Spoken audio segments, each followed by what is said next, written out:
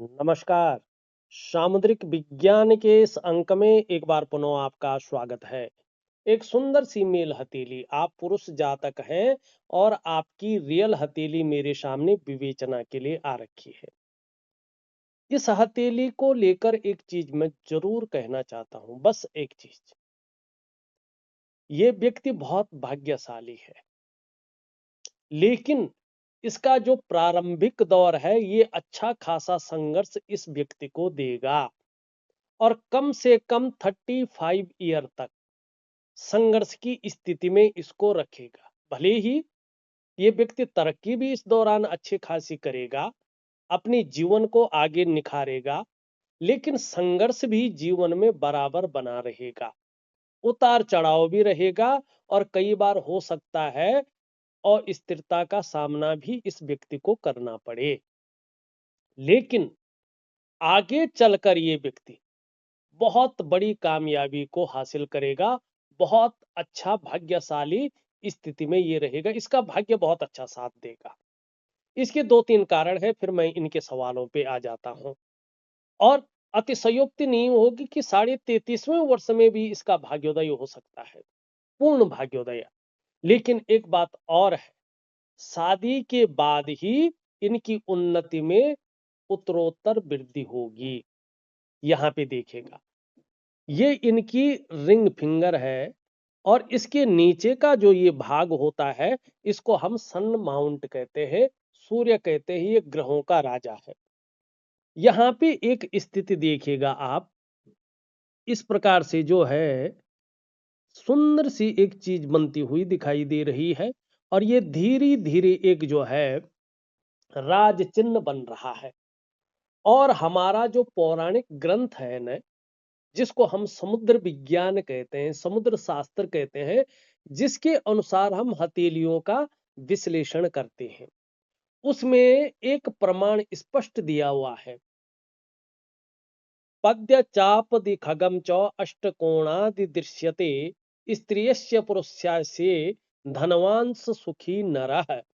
जिसके हाथ में कमल मानी ये वाला है चिन्ह, धनुष, तलवार, अष्टकोण, इनमें से एक चिन्ह भी दिखाई पड़े तो ये व्यक्ति चाहे स्त्री हो या पुरुष हो, ऐश्वर्य युक्त जीवन जीते हैं। इसका मतलब है लग्जरी जीवन, चमक धमक वाला जीवन, ग्लैमर वाला जीवन इनके जीवन में आएगा, ये जिएंगे। ठीक है। और दूसरा प्रमाण मिलता है, ये भी सामुद्रिक विज्ञान में ही मिलता है। जनने प्रबल्लो यस्य राजयोगो भवेदिति करे वा चरणों वश्यम राज चिन्ने प्रजायते। जिसके जन्म समय पे राजयोग चल रहा हो, जब उसका भाग्योदय का समय निकट हो, तो उसके हाथ या पैर में राज चिन्ह उभरने शुरू हो जाते हैं।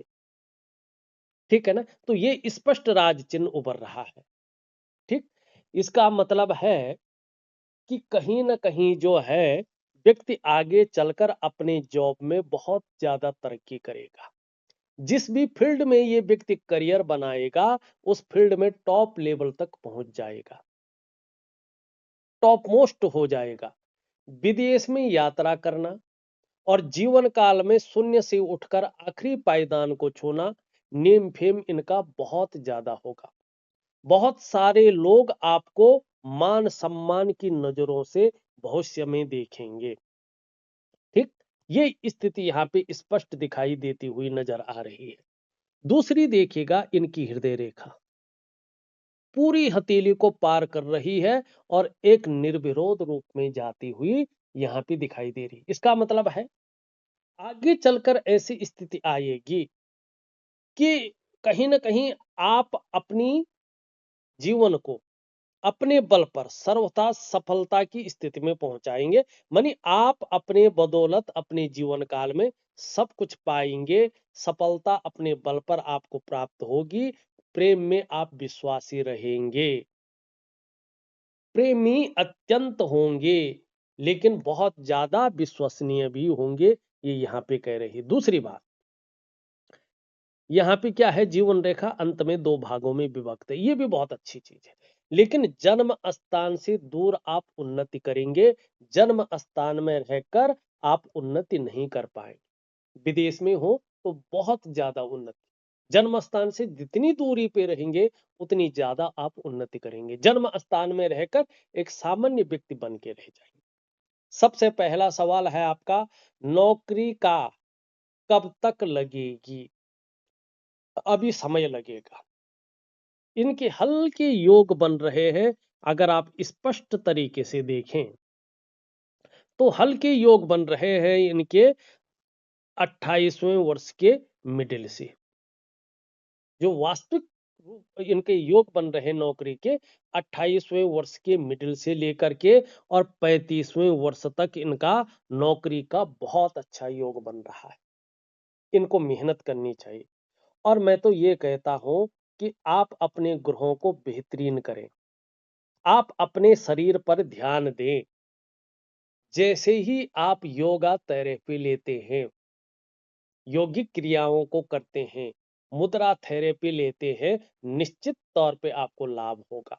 सबसे बड़ा लाभ तब होगा जब आप अपने चंद्रमा को एक प्योर स्थिति में ले आएंगे। अभी चंद्रमा आपका बहुत ज्यादा पीड़ित अवस्था में है, तो अभी कम से कम 2 वर्षों तक ये आपके मन को गड़बड़ रखेगा, मानसिक परेशानी से ग्रसित रखेगा, बहुत ज्यादा आपको भावुकता देगा, कई बार इमोशनली आपको परेशान कर सकता है, पढ़ाई में लगाया गया पैसे को वसूल नहीं होने देगा। ये भी हो सकता है आपने पढ़ा कुछ है, आपका करियर कहीं और बन गया है। एंजाइटी से बचे, डिप्रेशन से बचे, मन थोड़ा सा अच्छा नहीं रहेगा, मन की एकाग्रता लाने में कोशिश करें। इसके लिए योगा इत्यादि जरूर करें। और मन से सीधा जुड़ा हुआ होता है डाइजेस्टिव सिस्टम, इसलिए अपने पेट का इस 2 वर्षों के दौरान ध्यान रखें। माँ के स्वास्थ्य का भी ध्यान रखें, या माँ के साथ मतभेदता न हो, इसका भी बिल्कुल ध्यान रखें।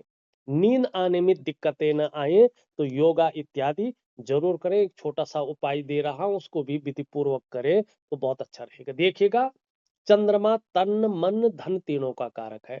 तन भी ऐसे में खराब रहता है, मन भी खराब रहता है, और धन के रिजल्ट भी बहुत अच्छे नहीं आते हैं।